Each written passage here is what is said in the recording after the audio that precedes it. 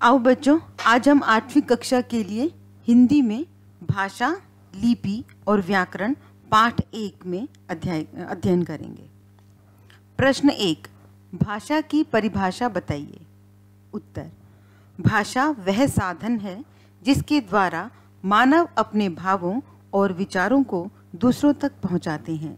संकेत, चिन्ह या इशारों में किया गया भाव व विचार संप्रेषण भाषा के अंतर्गत नहीं आता। प्रश्न 2, मौखिक भाषा और लिखित भाषा में अंतर बताओ। उत्तर, मौखिक भाषा और लिखित भाषा में निम्नलिखित अंतर हैं। नंबर 1, मौखिक भाषा का आधार ध्वनि है और लिखित भाषा का आधार वर्ण है। नंबर 2, मौखिक भाषा मुख से बोली जाती है और लिखित भाषा लिखकर व्यक्त की जाती है। नंबर 3, मौखिक भाषा अस्थायी होती है और लिखित भाषा स्थायी होती है। नंबर 4, मौखिक भाषा गतिशील होती है और लिखित भाषा स्थिर होती है। नंबर 5, मौखिक भाषा भाषा का पहला रूप है और लिखित भाषा भाषा का दूसरा रूप है। प्रश्न 3, लिपि किसे कहते हैं? कोई 5 लिपियों के नाम लिखिए। उत्तर, लिपि भाषा के उच्चरित ध्वनि रूप को लिखकर प्रस्तुत करने का एक ढंग है। भाषा की 5 लिपियों के नाम इस प्रकार हैं। देवनागरी लिपि, नंबर 2 रोमन लिपि, नंबर 3 गुरुमुखी लिपि, नंबर 4 फारसी लिपि, 5 रूसी लिपि। प्रश्न 4, भाषा के विविध रूप बताइए। उत्तर, भाषा के मुख्य रूप से 4 रूप होते हैं।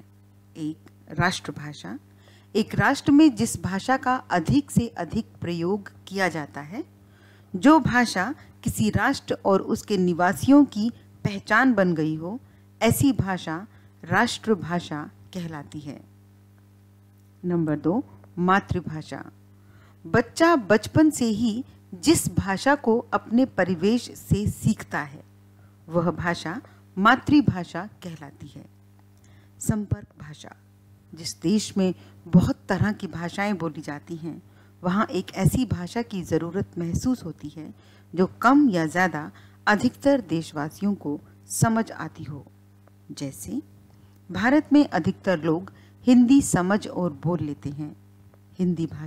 हिंदी भारत में संपर्क भाषा के रूप में तेजी से विकसित हो रही है।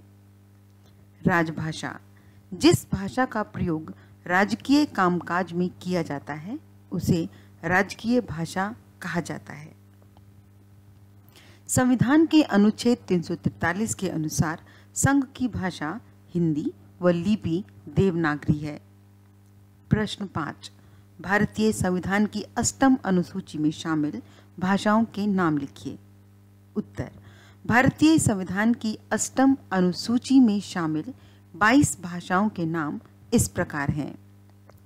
1, असमिया, 2, बांग्ला, 3, बोडो, 4, डोगरी, 5, गुजराती, 6, हिंदी, 7, कन्नड़, 8, कश्मीरी, 9, कोंकणी, 10, मराठी, 11, मलयालम, 12, मणिपुरी, 13, मैथिली, 14, नेपाली, 15, उड़िया, 16, पंजाबी, 17, संस्कृत, 18, संथाली, 19, सिंधी, 20, तमिल, 21, तेलुगु, 22, उर्दू।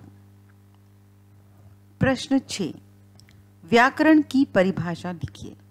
उत्तर, व्याकरण ऐसा शास्त्र है जिसमें भाषा से संबंधित नियमों का अध्ययन किया जाता है। प्रश्न 7, व्याकरण के अंगों के विषय में बताइए। उत्तर, व्याकरण के 3 अंग हैं। 1, वर्ण विचार, इसके अंतर्गत ध्वनि तथा वर्ण के सभी पक्षों का अध्ययन किया जाता है। शब्द विचार, इस विभाग में शब्द रूप, शब्द भेद, शब्द निर्माण आदि विषयों का अध्ययन किया जाता है।